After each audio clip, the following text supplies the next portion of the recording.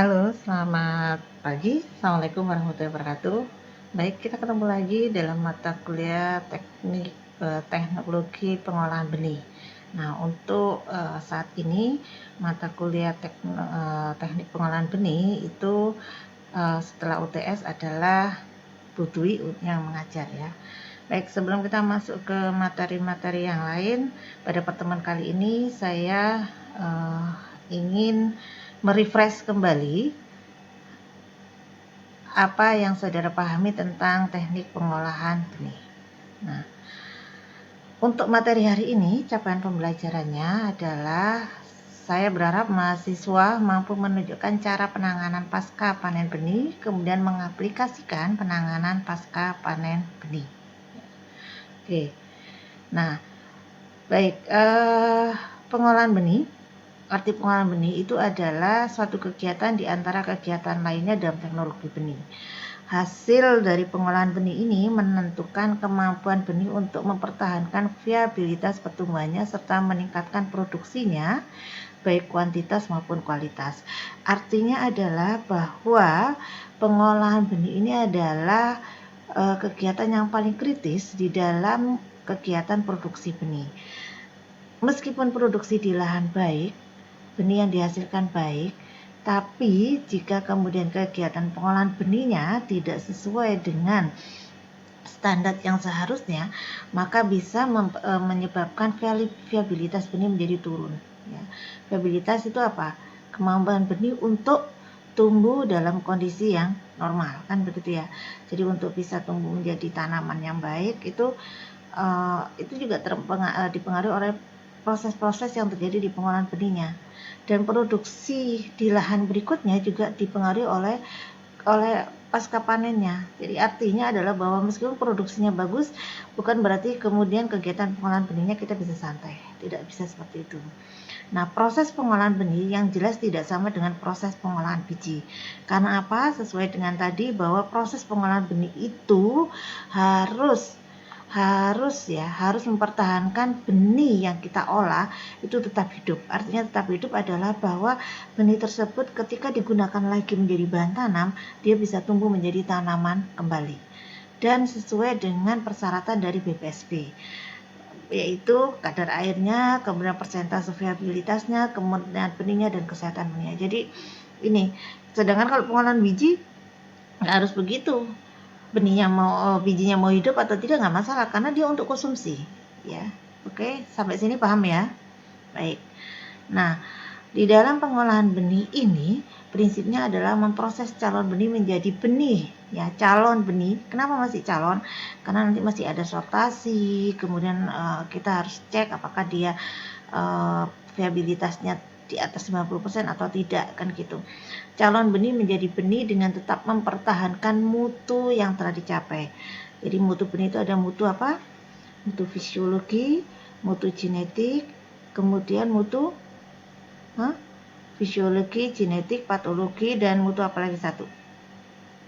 Nah, jadi ada 4 ya nanti ya. Kemudian pengolahan tidak meningkatkan mutu individual. Jadi pengolahan ini yang menjadi prinsip. Pengolahan benih tidak meningkatkan mutu individual tapi meningkatkan mutu populasi. Makanya selesai pengolahan benih biasanya yang diuji adalah uji lotnya ya. Satu lot. Nah, uji lot itu nanti mewakili uji satu lot ya.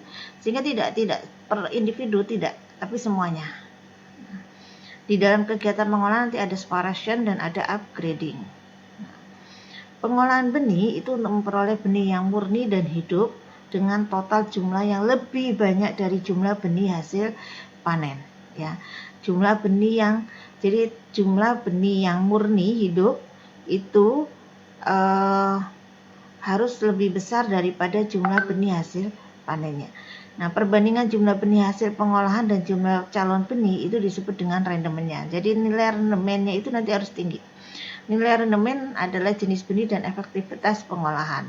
Jadi tergantung pada jenis benihnya dan efektivitas pengolahan. Semakin tinggi rendemennya, artinya adalah bahwa pengolahannya juga semakin efektif, ya. Oke. Ini adalah alur umum dari pengolahan benih. Jadi benih yang baik itu adalah bisa dilihat dari kualitas dan kuantitas. Kalau kualitas itu dilihat dari internalnya dan eksternal. Internalnya itu adalah tingkat kemurnian benihnya. Apakah persentase tingkat kemurnian benihnya tinggi atau tidak? Di atas ketentuan tidak. Ini tergantung kelas benihnya, tingkat kemurniannya. Kemudian daya kecambahnya gimana? Biasanya rata-rata daya kecambah itu kalau berdasarkan standar BPSP adalah 80% ya. Jadi minimal 80%. Hanya saja banyak pengusaha-pengusaha benih yang menetapkan persentase daya kecambah tiap benihnya itu adalah di atas 90%. Ini sangat bagus sekali. Kemudian sifat kimia lainnya. Sedangkan faktor eksternal, kualitas itu dipengaruhi oleh lingkungan. Lingkungannya seperti apa? Apakah lingkungannya pada saat dia produksi itu ketersediaan air, kemudian ketersediaan hara-hara yang lain tercukupi atau tidak. Ketika ini sangat bagus, sangat mendukung, maka otomatis benih bernas akan tinggi. Ketika benih bernas tinggi, maka kualitas benih itu akan terjamin, seperti itu. Nah, sebaliknya, ketika faktor lingkungan ini sangat tidak mendukung, hara kurang, kemudian sinar matahari kurang, pada saat proses pembentukan bijinya, pada saat proses pengisian bijinya, kemudian ternyata haranya minim, kekurangan air, maka akhirnya benihnya yang kurang bernas. Ketika benih kurang bernas, maka otomatis kualitasnya juga akan rendah. Nah, benih baik juga dilihat dari kuantitas. Kuantitas itu adalah apa? Jumlah benih yang dihasilkan dari proses pemainan. Jadi harusnya pada saat panen jumlah benih yang dihasilkan yang baik itu sangat tinggi. Benih dalam keadaan retak hancurnya ini lebih rendah daripada keadaan benih yang baiknya, seperti itu. Jadi otomatis ya perlu dipahami, benih baik itu tidak hanya dilihat dari kualitasnya tapi juga dilihat dari kuantitas. Nah, ini adalah prinsip pengolahan benih. Prinsipnya adalah mewujudkan benih tanaman yang unggul dan baik. Nah, ini meliputi memisahkan benih dari jenis tanaman lain, memisahkan benih dari benih sejenis yang belum matang, atau pecah kulitnya, atau yang rusak karena penyakit, atau memisahkan benih berdasarkan besarnya, bentuk, struktur, warna, dan berat jenis. Dan yang terakhir adalah memberikan zat-zat kimia pada benih untuk melindungi dari hama penyakit. Ini biasanya adalah disebut dengan istilah seed treatment. Oke. Yang jelas, ketika kita sebagai seorang produsen benih melakukan kegiatan pengolahan benih arti dengan baik, maka kita memberikan jaminan pasti kepada satu peneliti atau pengusaha benih. Jaminannya berupa apa? Bahwa hasil jerih payah dari peneliti dalam menciptakan varietas baru dan atau meningkatkan hasil yang sangat diharapkan itu terlihat. Ya. Jadi peneliti sudah membuat varietas baru, tapi ketika proses produksi kemudian dilanjutkan kepada proses pengolahannya tidak baik, maka otomatis hasil benih yang diteliti, yang dilakukan oleh peneliti dan pengusaha itu kualitasnya akan menjadi turun, kan gitu. Kemudian pemakai benih, jaminannya adalah kepuasan terhadap benih yang digunakan dalam memperoleh hasil yang meningkat. Ketika kualitas dan kuantitas benih yang dihasilkan dalam proses pengolahan cukup baik, maka pemakai, yaitu dalam hal ini petani, pasti akan puas, kan begitu. Mereka mendapatkan benih dengan daya kecambah di atas 90%, tingkat kemurniannya tinggi, kemudian bebas hama penyakit, benih yang rusak karena pengolahan sangat minim, dan sebagainya. Dan yang terakhir adalah memberikan jaminan terhadap masyarakat dan pemerintah, yaitu berupa kelegaan tersedianya cukup pangan sehingga tidak perlu menggantungkan pada impor. Artinya adalah ketika benih yang berkualitas baik tersedia, otomatis petani pengguna itu akan mereka akan melakukan produksi tanamannya, budidaya tanamannya untuk konsumsi itu akan tenang. Dan hasil produksinya akan tinggi. Ketika hasil produksinya tinggi, otomatis ketersediaan pangan di masyarakat kan terpenuhi, begitu. Nah, ketika ketersediaan pangan terpenuhi, ya otomatis artinya masyarakat dan pemerintah lega bahwa tidak akan kekurangan pangan di waktu itu. Oke. Tujuan akhirnya yang jelas adalah memperoleh maksimum pure life seed persentase, artinya persentase maksimal benih murni hidup. Ini adalah tujuan akhir dari kegiatan pengolahan benih. Oke. Kegiatan pengolahan benih secara garis besar hanya terdiri dari 3, yaitu cleaning, pembersihan, kemudian grading, pemisahan, yang terakhir adalah seed treatment ya.